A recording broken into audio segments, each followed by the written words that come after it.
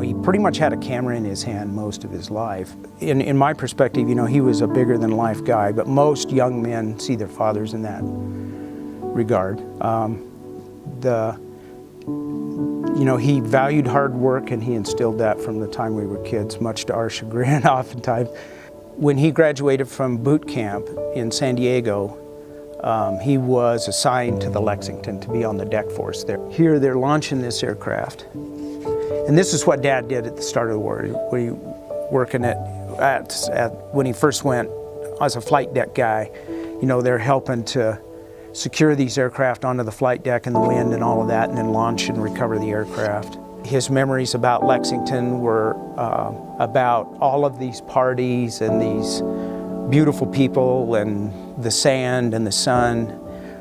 Being a guy from Gillette, Wyoming, who had never left Gillette, Wyoming until he went into the service, it was huge, and you can tell by the number of photographs that he took while he was there that it really had a powerful, he just really had a good time. He loved it, and it was just, and he loved his friends. He got assigned to help out at the photo lab there. This guy's probably one of his buddies because he's a photographer's mate, 3rd class.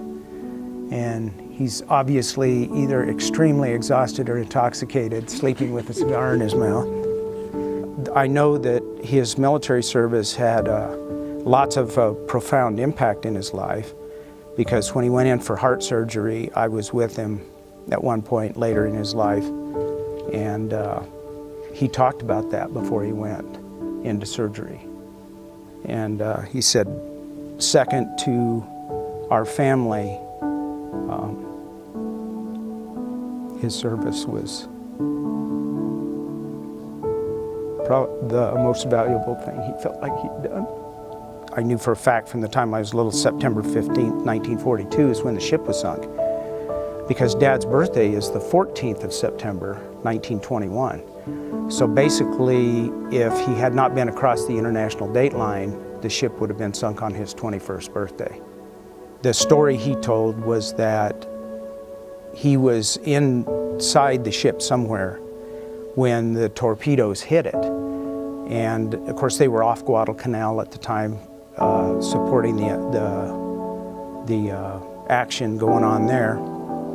And when the torpedo hit the ship, it really rocked the ship. And of course, this was, at that time, this aircraft carrier is one of the largest ships in the United States Navy, and for it to shudder and shake like that, he knew something really bad had happened. And so he grabbed his camera and ran out on the flight deck and started taking photographs of everything that was going on. In a very short period of time, they determined that the ship was not going to be able to be saved, and he ordered abandoned ship. So all this time, Dad's taking photograph after photograph after photograph, and they're trying to launch all of their aircraft before the list becomes so that they can't use the flight deck anymore. And so he grabbed several rolls of film, put them in a canister, and handed them to one of the pilots in one of the planes and said, "Get these to a photo lab somewhere." And those pictures, unfortunately, were never seen again.